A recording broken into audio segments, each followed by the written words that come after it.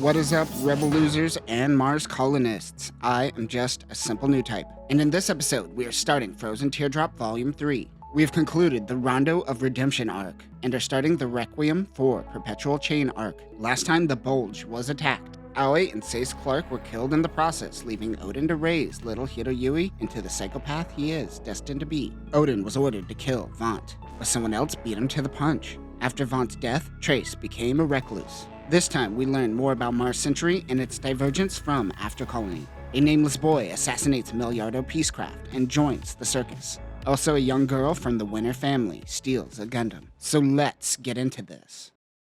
This novel begins with a quote by Dorothy about two people with the name Hiroyui. One preached peace, while the other is a weapon for war. This is a very confusing way to start the novel, and I'll explain at the end. MC 0022, next winter. We change perspectives to a nameless boy.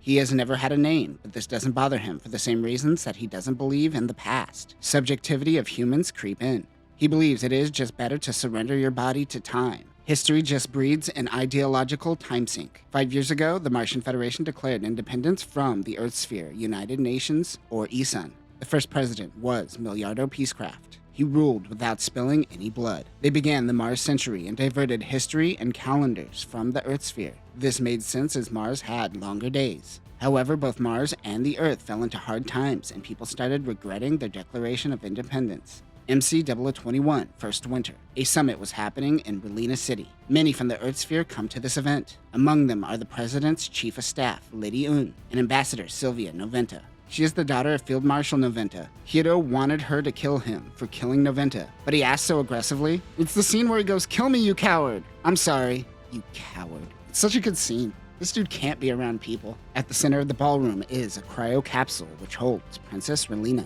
Rumors are that she is stuck in the chamber. Milliardo addresses the people. Halfway through the speech, the nameless boy's plan goes into action. He pretends to protect Milliardo, but he pulls out a gun and pulls the trigger. This nameless boy kills Milliardo Peacecraft. He doesn't care about politics. He is a man who simply follows orders. A dog of war.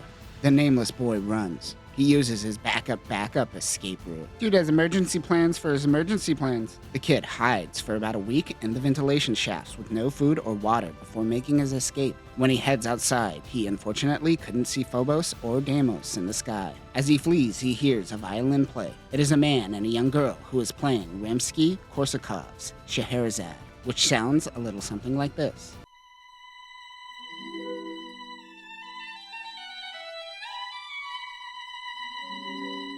The man tries his gun and refers to himself as Dr. T. He says he has no name, just like him. He introduces the young girl, Katerin Winter. She says they could kill him now, or he could walk back to the city and the citizens can kill him. Dr. T says there is a third option. He could come with them. The nameless man thinks the violin was hiding a weapon, but it is merely a violin. He joins them for now. They get out of the city. While crossing Mars, Katerin plucks a tune that Dr. T refers to as Endless Waltz from his childhood. The kid is taken to a circus tent. It is on a small island that doesn't get too much traffic. There he meets a man with the same eyes as Katerin. He says that he is early. The girl refers to the man as Big Brother.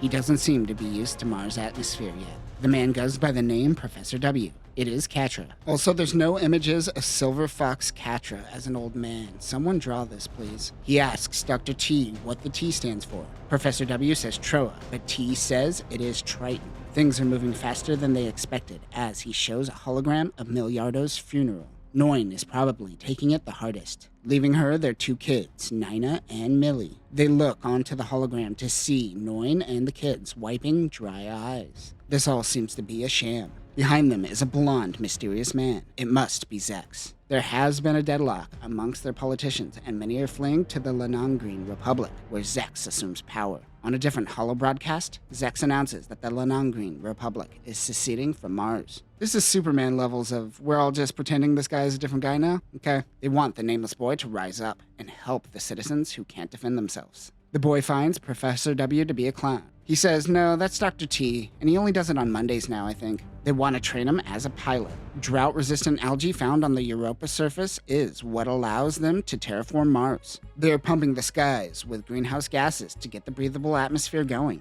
but it still remains unbreathable due to rich carbon dioxide in the atmosphere. A scientist by the name of Lana Green is the one who researched this algae during the AC era. When exposed to sunlight, it grows at an exponential rate. They called it Jovian moss. This accelerated the greenhouse gas effect on Mars. What was expected to take centuries will now take decades. People in AC feared potential catastrophes. One catastrophe happened on Mars when MO7 crashed onto the Martian surface. It contained Jovian moss and people lost control. It started with dust storms, but then the oxygen levels increased. Water began to rise and the entire area became a sea. The people stayed and became a maritime nation. This is the Lana Green Sea, which became the Lana Green Republic. Much of Mars is in the para-terraforming period, which is a fancy way of saying civilization still lives in domes. To build these domes, Milliardo created Mars suits. These were eventually turned into weapons. But what he wants to show the nameless boy is not Mars suits, but rather mobile suits.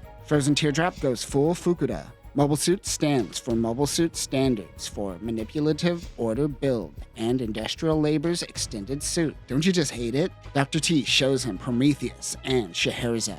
Gundam Prometheus is developed by Dr. T and Professor W. It is a close combat unit that holds an array of missiles. It uses temperature tubes that are called heat stinger blades. The blades are powered by a flame core. It also has shoulder-mounted cannons. However, the design is incomplete and intentionally left unpainted and unfinished. It uses a protective cloak to cover its appearance. There isn't any real data on Scheherazade, but its appearance is similar to Sandrock. This is named after a storyteller from 1001 Nights, and it shows cunningness and resilience. The lore around Prometheus, on the other hand, is that he stole fire from the gods, and it's all about defiance. The boy asks Dr. T if the two are really siblings, and he tells him to go figure it out for himself. He wonders which one he will pilot. Another girl drops down from above.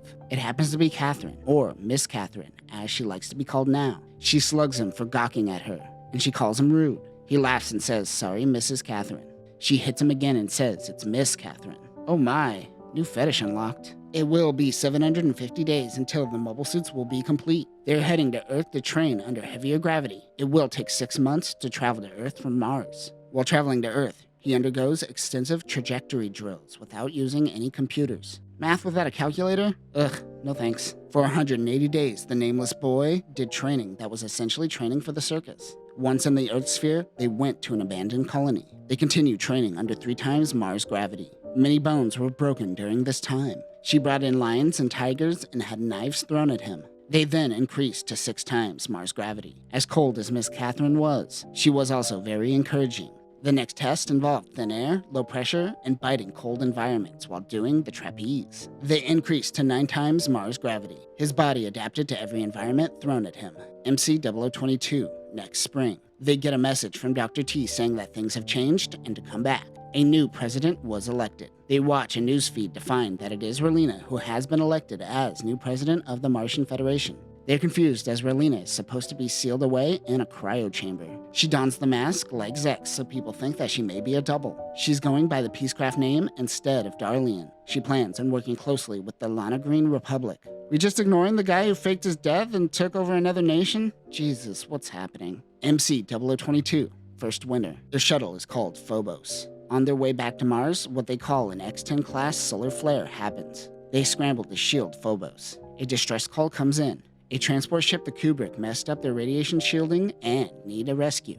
They tell them to send over schematics so they can fix their shielding. They will have 300 seconds to match trajectory, speed, board, and exit. They match speed and head to the Kubrick. They had to fix the radiation shield, but it eats up their time. So he needs to get into the Kubrick to survive the solar flare. There is a law that they don't technically have to save anyone when stranded, as it could lead to mutual destruction. The nameless boy even thought about this law before engaging. Ironically, they use it against him and say, "Sorry, you helped us, but we won't help you." He thinks he is going to die, but Catherine comes in with a capsule and saves the boy. He needs to survive in the pod for 2 days with 1 day of oxygen. After the solar flare passes, Catherine opens the pod and provides him with fresh oxygen. She kisses him on the forehead and the two return to Mars. Catherine contacts them. He knows that she seemed different. Prometheus and Scheherazade haven't been making progress, but Snow White and Warlock are coming along. MC0022, next winter. Snow White and Warlock are hidden from everyone. The kid uses a Mars suit to train with Dr. T. Miss Catherine never trained, nor did Catherine. Katerin also neglected her violin. Later, he overhears Dr. T, Professor W, and Miss Catherine talking about Katerin. They doubt that she is ever going to pilot Snow White. They're transporting Snow White and Warlock to a polar base. Later that night, Katerin stole Prometheus and fled to Relina City. They want the nameless boy to go after her, but he is only trained in Mars suits. The nameless boy says that he finally has a name. He calls himself Trowa Phobos. Later, Katerin steals a vessel called the Zagreb and heads to Olympus Mons. Trowa Phobos follows her, but she notices and sends a message. She says that his new name is stupid when they are surrounded by mobile suits. They happen to be Magwanac mobile dolls. They're slimmer, but ultimately the same Magwanac, just unmanned. Two other mobile suits approach. It happens to be Snow White and Warlock. Snow White's pilot asks if Katerin intends to join Relina. Katerin answers, and Snow White begins his attack. And that will do it for this episode. This is confusing as this novel starts off talking about Hiro, and then follows a nameless kid that doesn't end up being Hiro, but rather Trowa Phobos. It kind of throws you off. However, once we know who Trowa is, we can confidently assume who the pilot of Snow White and Warlock are. Next time, we conclude Volume 3 of Frozen Teardrop. We learn more about Katerin's past. She gets her groove back and picks up the violin. And we see the battle of the new Gundams play out. But that will do it for now, losers. Remember, training for the circus is the same as training to be a mobile suit pilot. Peace.